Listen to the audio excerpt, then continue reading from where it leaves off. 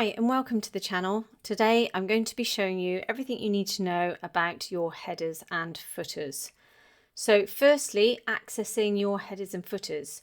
The quick and easy way to do it is to double click at the very top or the very bottom of your page. And as you can see, we're now in the headers and footers. To come out of the headers and footers, double click anywhere in this center space and you're out of the headers and footers. Alternatively, you can go to Insert, and over here you've got Header or Footer. Click on the drop down.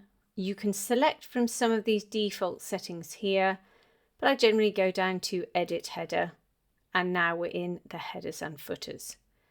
Now the important thing to remember about this is that firstly, everything you put in your headers and footers will continue onto every page of your document. There is a way to stop it being on the first page, and I will link a video in the description below for that.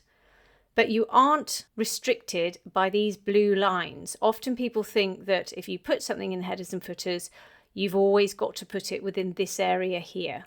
That's actually a misconception. So, for example, if you wanted to go to Insert, Shapes, and let's say click on a triangle, draw out a triangle, rotate it round, and then pop it up in the headers and footers like this. Let's say this is a graphic for a letterhead. Double click in the main area and that will remain in the headers and footers. Then if I added a page, go to Insert, Page Break, you can see it's now copied straight across onto the second page. So you're not restricted by those blue lines. So let's just talk about text. So at the moment my cursor is in the top center and you can just type away to pop something in the headers and footers. Now often that's not exactly what you'd like to do. So if you go to the Home tab, you've got these options across the top here. Left align means you can start typing here. And obviously you've got the center align, which we've just looked at, and right align is over the other side here and you can begin to type here.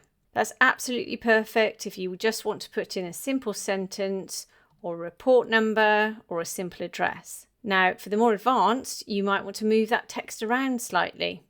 And for that, it's very easy to use text boxes.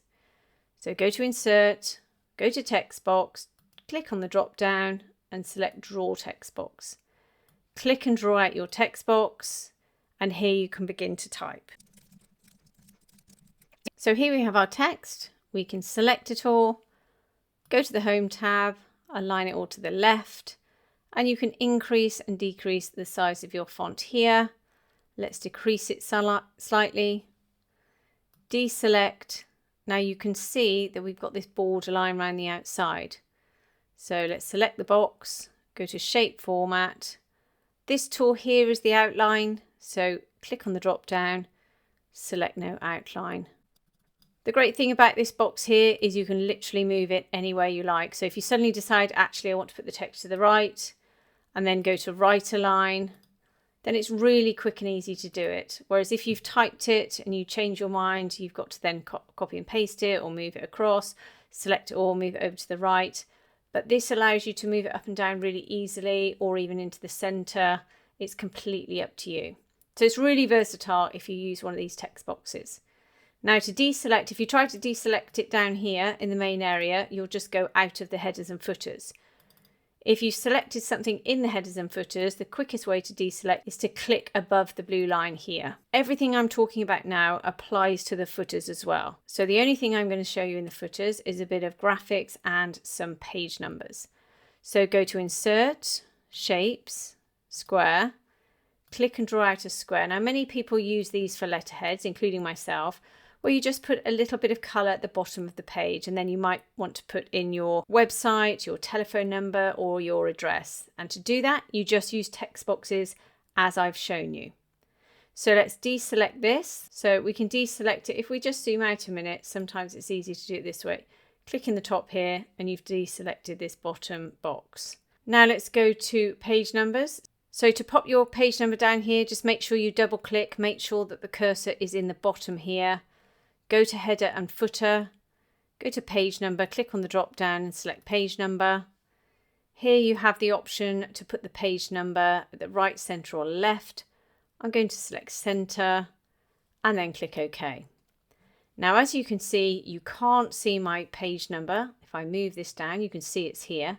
But if I put this little graphic up here, you can see it's been hidden. So select the box, go to Layout, go to Wrap Text and select Behind Text. Once you've done that, you can see your page number at the bottom here. Make sure it's selected, double click the page number. We're going to change the color, so go to the Home tab, go to the font color, and I'm going to select white and then deselect it, and you can see it's gone white. It has got a grey outline, but if I double click at the top here, you can see now it's gone white without that grey box around it. Just shows that it's been selected. Now you can insert anything into your headers and footers. You can insert your icons or your shapes or pictures. It really is up to you.